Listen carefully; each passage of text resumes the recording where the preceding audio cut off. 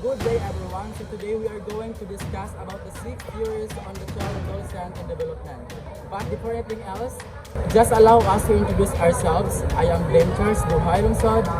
I'm Yasmin Orhajudin. I'm Annie Jane Bolo. And I am Sherwin A. Rojas. And we are the Study Hub 7. Good day everyone. Today we'll be presenting a report about the 6 major theories on child and adolescence development. These theories were developed by well-known psychologists who have contributed greatly to our understanding of how children grow, think, and behave.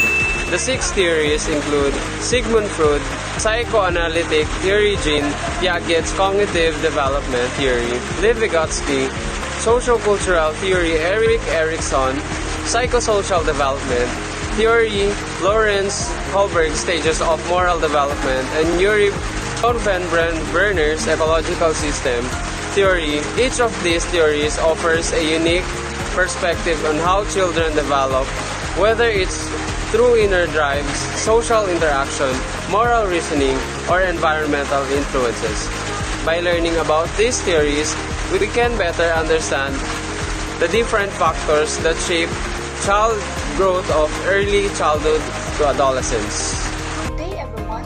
Today I'll be discussing the 2 important theories in psychology that explains how humans grow and develop by Sigmund Freud's psychoanalytic theory and Jean Piaget, the stage of cognitive development. But first, let us dive in about the Sigmund Freud psychoanalytic theory because it will let us know what is his theory. So Sigmund Freud is known as the father of psychoanalysis. His theory focuses on how unconscious motivates and early childhood experience shape our personality and behavior. So according to Freud, the human personality is made up of 3 components, which is the first, the id. This is primitive and instinctual part of our mind. It operates on the pleasure principles, meaning it wants to imitate satisfactions of a need and desire. Example, a hungry child crying for food. So, in this case, he or she is desperate to have that pleasure. Next, the ego. These parts operate on the reality principle. It helps us make realistic decisions and balance the demands of the id and the moral standards of the superego. Example, waiting patiently to buy food instead of stealing it. Lastly, the superego. These represent our moral conscience. It tells us what is right or wrong based on the values learners from a parent and society. So Freud also composed the personality developed through 5 psychosexual stages. First, the oral stages, 0 to 1 years old, pleasure-centered, on mouth like sucking or eating. Anal stage, 1 to 3 years old, focusing on toilet training and control. Phallic stage, 3 to 6 years old, awareness of gender differences will be conspicuous and electrocomplex. Latency stage, 6 to 12 years old, sexual impulses or repressed, children focusing on learning and social skills. Genital stage, 12 and up, sexual desire, reawakening leading to mature relationship. So Freud believed that if conflicts in any stage are not properly resolved, it can lead to fixations that affect personality in others. Next is Jean Piaget, cognitive development theory. So now let's move on to Jean Piaget, a Swiss physiologist known as his theory on how children think and learn.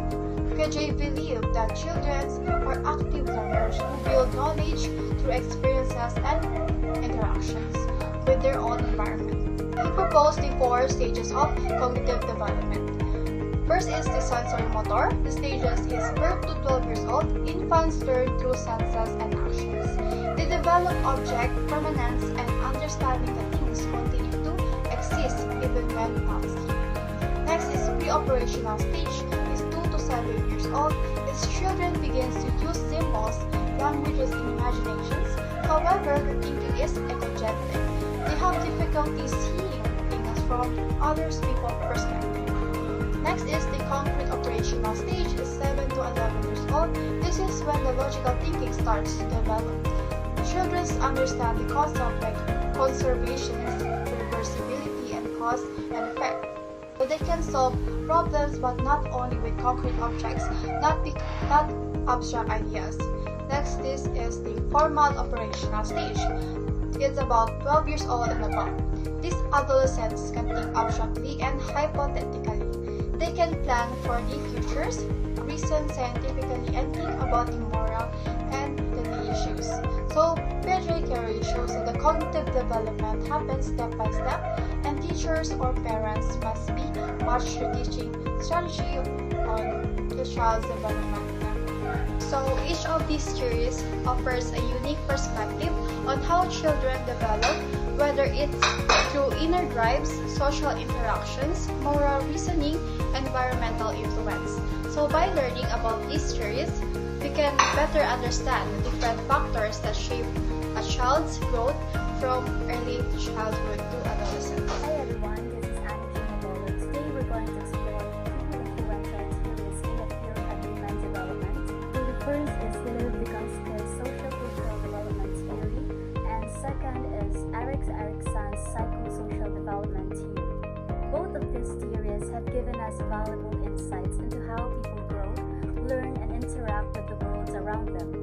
But they each focus on different aspects of development. Let's start with Lev Vygotsky. Vygotsky believed that a person's cognitive development is deeply influenced by their social interactions and cultural environment. He argued that learning happens first between people through communication, and then it becomes internalized within the individual. We call this the social constructive approach. One of his key concepts is the zone of proximal development, or also known as CPD. This is the gap between what a learner can do independently and what they can achieve with guidance from someone more knowledgeable, like a teacher or a peer. This is where the idea of scaffolding comes in, providing the right amount of support to help the learner move to the next level.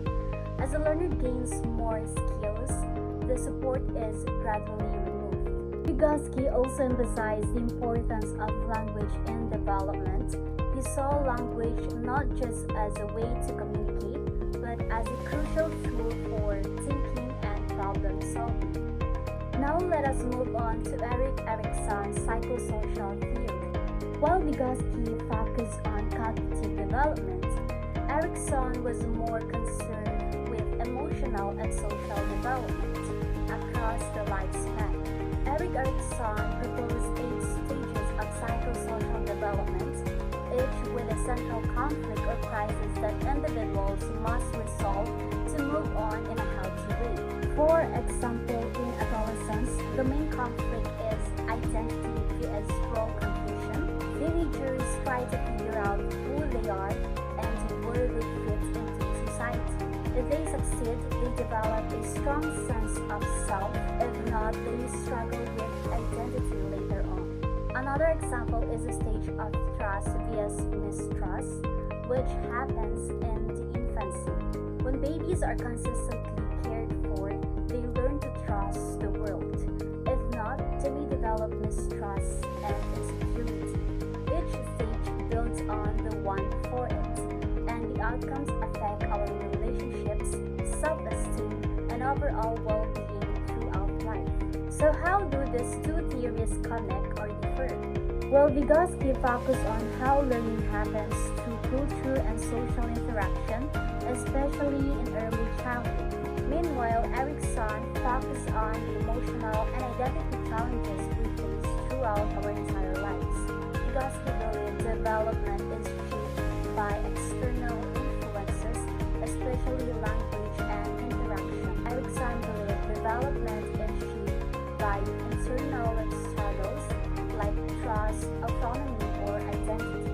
The both agreed on one important truth. Social interaction is the key to human development, whether it's learning how to solve problems or building a sense of self. Our relationships play a central role.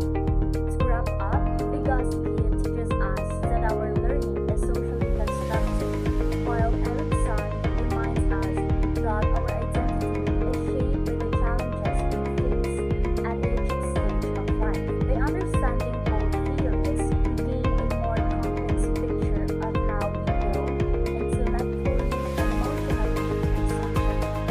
day everyone, this is Dame Charles Duhailensod, and today I will be discussing about the stages of moral development of Lawrence Kohlberg's theory. Lawrence Kohlberg's theory of moral development outlines 6 stages of moral reasoning grouped into the 3 levels: pre-conventional, focusing on punishment and self-interest; conventional, emphasizing social order and conformity; and post-conventional, based on social contract and universal ethical principles. Individuals progress through these stages, sequentially developing a more complex understanding of right and wrong that is tied to their cognitive development and ability to resolve moral dilemmas. Levels of moral development, there are 6 stages. First, we have pre-conventional morality under age stage 1, punishment and obedience orientation. Moral decisions are based on avoiding punishment and acting obediently. Stage 2, individualism and exchange morality is driven by self-interest and the understanding of mutual benefit. What benefits the individual is considered right. Conventional morality, older children, adolescent, and most adults. Stage 3, good interpersonal relationships.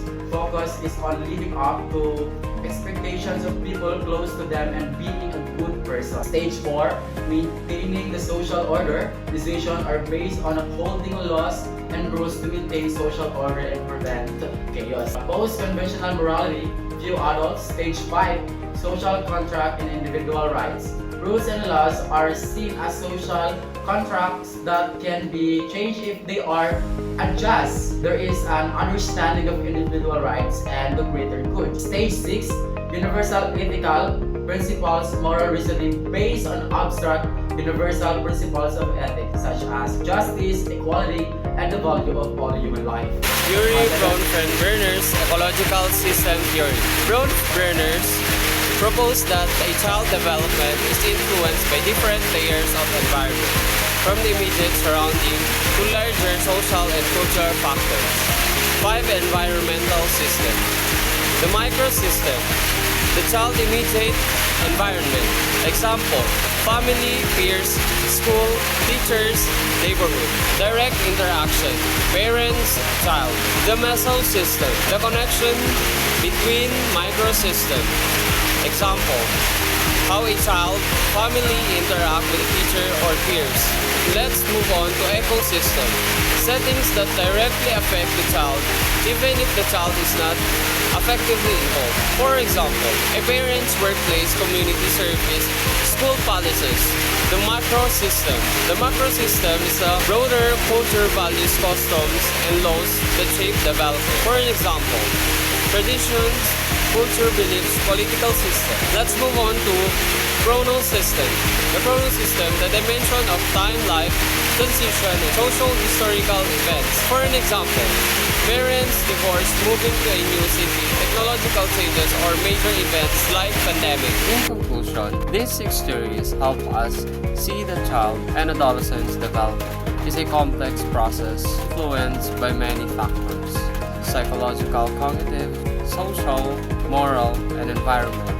Freud, Piaget, Vygotsky, Erikson, Kohlberg, and Braun-Fenberner give us the value, insight into how individuals grow and interact with the world around them.